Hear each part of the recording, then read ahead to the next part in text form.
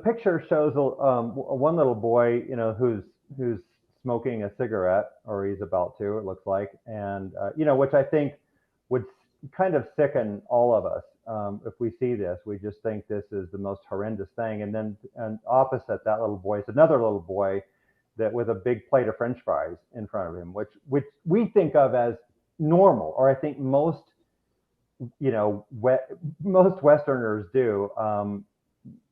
This is acceptable around the world, but the reality is that that plate of French fries will be, those oils will be incorporated into that little boy's body fat, and he cannot get rid of those for probably at least 3 years, right? So this will poison him for years. Whereas even a person who's been smoking for 20 years, when they give up smoking, that increased oxidation, which is what causes the damage, is gone after 1 year.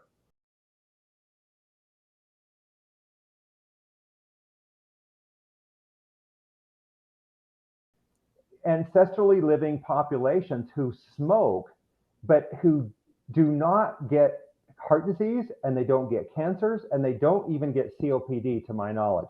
And I give it a quick example, like the Ketavans, that were studied by Staffan Lindeberg back in about 1990. And they were on a completely ancestral diet. Ketava is in a South Pacific island, and they consumed coconut, fish, starchy tubers, and fruit. But the smoking prevalence is right at about 80%, and they don't get those diseases. There was no heart disease at all, and there's no mention of any lung disease. It's incredible. The diet protects you.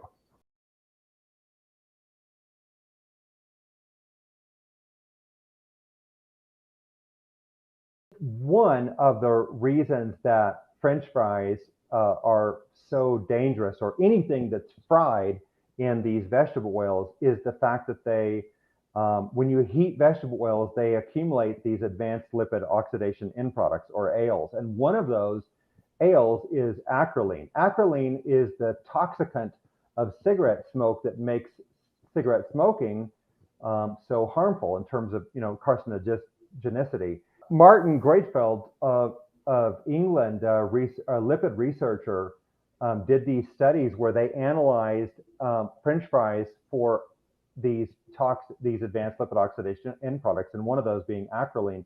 And they determined that a large size French fries, 154 grams, which is the equivalent of a large French fries at McDonald's, contained 1 to 1.5 milligrams of acrolein.